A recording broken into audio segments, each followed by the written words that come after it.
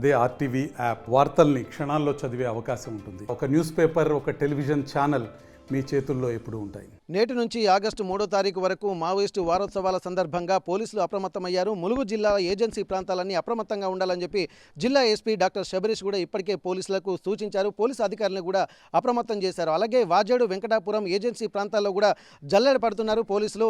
దీనికి సంబంధించి ప్రతి ఇంటింటికి వెళ్ళి ఎవరైనా అనుమతులు ఉన్నారన్న ఒక ఆలోచనతోటి అక్కడ కొంతమందిని అనుమానితులను కూడా అదుపులోకి తీసుకునేటువంటి ప్రయత్నాలు చేస్తున్నారు. ఎక్కడైతే ఇప్పుడు ములుగు, అలాగే వాజేడు, వెంకటాపురంతో పాటు తాడ్వాయి మండలాల్లో కూడా ఎప్పటికప్పుడు తనిఖీలు నిర్వహిస్తూ ఎలాంటి ఇబ్బందులు తలెత్తకుండా, అవాంఛనీయ సంఘటన జరగకుండా కూడా అప్రమత్తం అవుతున్నారు.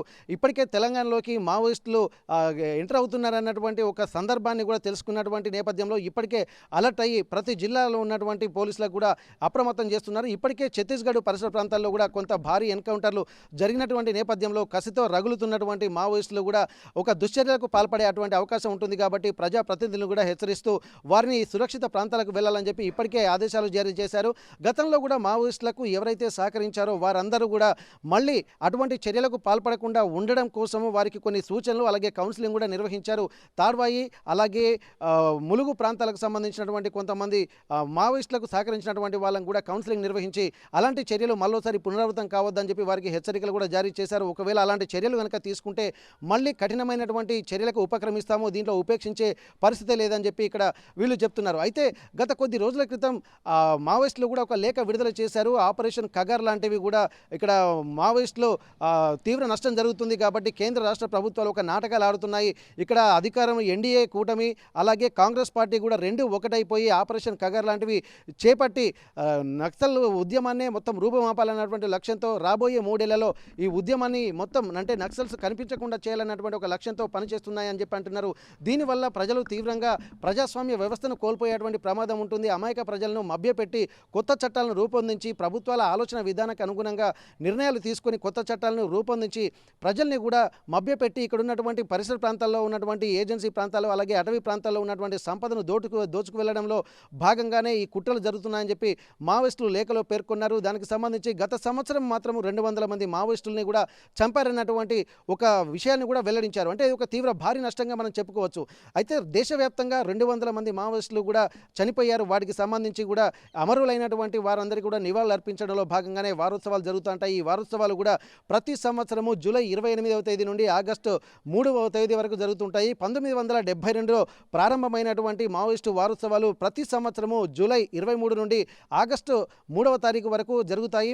దీనికి సంబంధించి కూడా ఇప్పటికే ప్రతి సంవత్సరం జరగడంలో భాగంగానే పోలీసులు కూడా అప్రమత్తం అవుతున్నటువంటి సందర్భం. ఎందుకంటే గతంలో కూడా మావోయిస్టు వారోత్సవాల సందర్భంగా వాళ్ళకు జరిగినటువంటి నష్టానికి ప్రతీకార చర్యలకు, అలాగే ప్రతీకార దాడులకు కూడా పాల్పడేటువంటి అవకాశం అయితే కనిపిస్తుంది. దీని సందర్భంగా ఇక్కడ ప్రజాప్రతినిధులు కూడా హెచ్చరించినటువంటి నేపథ్యం అయితే కనిపిస్తుంది. మరోవైపు మావోయిస్టులు లేఖలో కొన్ని అంశాలని స్పష్టంగా పేర్కొన్నారు. ఏంటంటే కేంద్ర రాష్ట్ర ప్రభుత్వాలు పేర్కొన్నటువంటి అంశాలు, అలాగే ఎందుకంటే ఈ ప్రజాస్వామ్య వ్యతిరేక విధానాలు కూడా అంటే రాజకీయం చేస్తూ వాళ్ళు అంటే కేంద్ర రాష్ట్ర ప్రభుత్వాలు మాత్రమే ఒక వ్యూహాత్మకమైనటువంటి వ్యవస్థను కూడా కార్పొరేట్ శక్తులకు దోచిపెట్టడంలో భాగంగానే వీళ్ళు ఆలోచనలు ఇంప్లిమెంట్ చేస్తున్నారు. ఇక్కడ కాంగ్రెస్, అలాగే ఎన్డీఏ కూటమి రెండు శత్రులుగా వ్యవహరిస్తూనే ఇక్కడ కేంద్ర రాష్ట్ర ప్రభుత్వాలు ఒక సంయమనంతో, ఒక అనుకూల ధోరణితో ప్రవర్తిస్తున్నాయి. ఇది ప్రజాస్వామ్యానికి ఎంత మాత్రం మంచిది కాదన్నటువంటి నేపథ్యాన్ని కూడా వాళ్ళు అందులో ఉదహరించారు. ఖచ్చితంగా దీనికి మేము భారీ మూల్యం కూడా ప్రభుత్వం చెల్లించుకుంటుందన్నటువంటి ఒక ఆలోచనలు కూడా చేశారు. దానికి సంబంధించిన లేఖలో కూడా పలు అంశాలను పేర్కొన్నారు. దీన్ని దృష్టిలో పెట్టుకొని ఇప్పటివరకైతే ములుగు, అలాగే వాజేడు మండలము, వెంకటాపురము మండలాల్లోతో పాటు ఈ తాడ్వాయి ప్రాంతాల్లో కూడా పోలీసులు కట్టుదిట్టమైనటువంటి చర్యలు కూడా తీసుకుంటున్నారు. ఎక్కడికక్కడ జల్లెడ పడుతున్నటువంటి పరిస్థితి, ముఖ్యంగా ఏజెన్సీ ప్రాంతాలైనటువంటి వెంకటాపురము, వాజేడు మండలాలను మాత్రం జల్లెడ పడుతున్నారు. ఇక్కడ ములుగుతో పాటు ఇక్కడ తాడ్వాయి మండలాల్లో కూడా వాహనాలను తనిఖీ చేస్తున్నారు. అనుమానితులను ఎవరు వచ్చినా వారిని అదుపులోకి తీసుకుంటున్నారు. దీనికి సంబంధించి మావోయిస్టుల కదలికలు, అలాగే అనుమానాలు ఉన్నప్పుడు మాత్రం చాలా తీవ్ర చర్యలకు కూడా వెనకాడకుండా అన్ని హెచ్చరికలు కూడా పోలీసులు జారీ చేసిన నేపథ్యంలో ఈ వారోత్సవాలు ఈ రోజుతోటి ప్రారంభమవుతున్నాయి. ఆగస్టు 3వ తేదీతోటి ముగుస్తాయి. అప్పటి వరకు అందరూ అప్రమత్తంగా ఉండాలని చెప్పి పోలీసులు కూడా సూచిస్తున్నారు. దీనికి సంబంధించి ములుగు జిల్లా ఎస్పీ డాక్టర్ శబరీష్ ఆధ్వర్యంలో కూడా విస్తృత తనిఖీలు కూడా జరుగుతున్నటువంటి పరిస్థితి. Over to studio.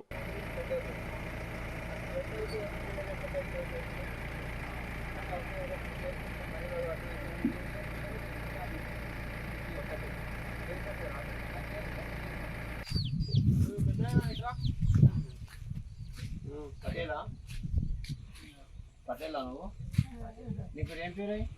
నా పేరు జూలై. జూలైనా? ఎంతమంది ఉంటారు ఇంట్లో? ఇక్కడ వాళ్ళు పెళ్ళం ముగ్గురు, నేను ఇద్దరు. కొడుకు కొడుకు కాదు అల్లుడు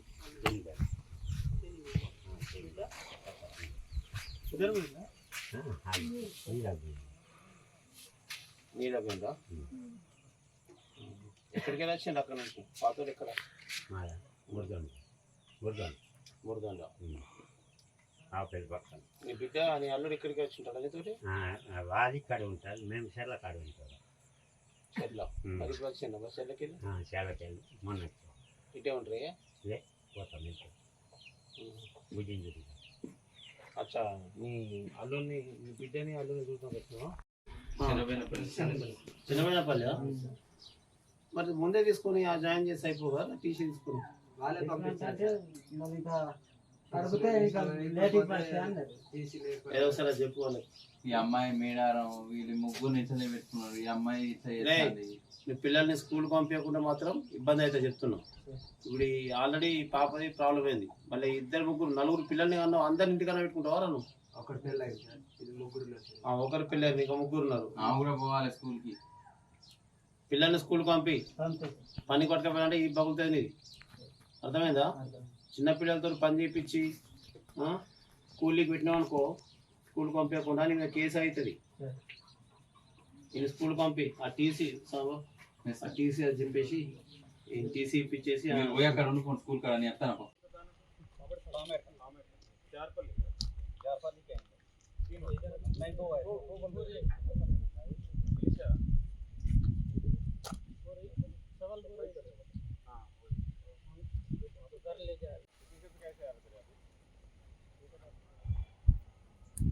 कैसे कौन सा रास्ता लेके आ रहा है?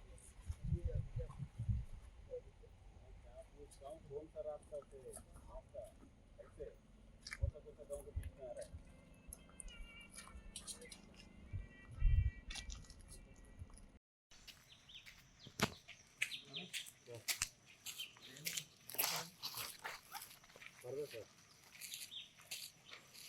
पर्दा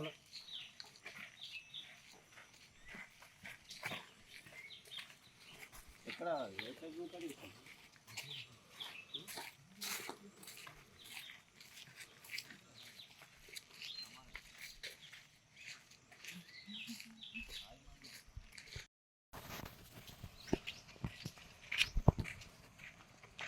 ఈ స్కూలా ఇది?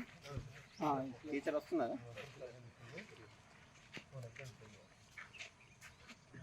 స్కూల్ వెనక వెళ్ళేవాడిది రమేష్. ఇది హరీష్. ఎవరు ఎంతమంది ఇంట్లో? మీ నాన్న లేడా? నువ్వు నీ భార్య మీ అమ్మ, పిల్లలు లేరా?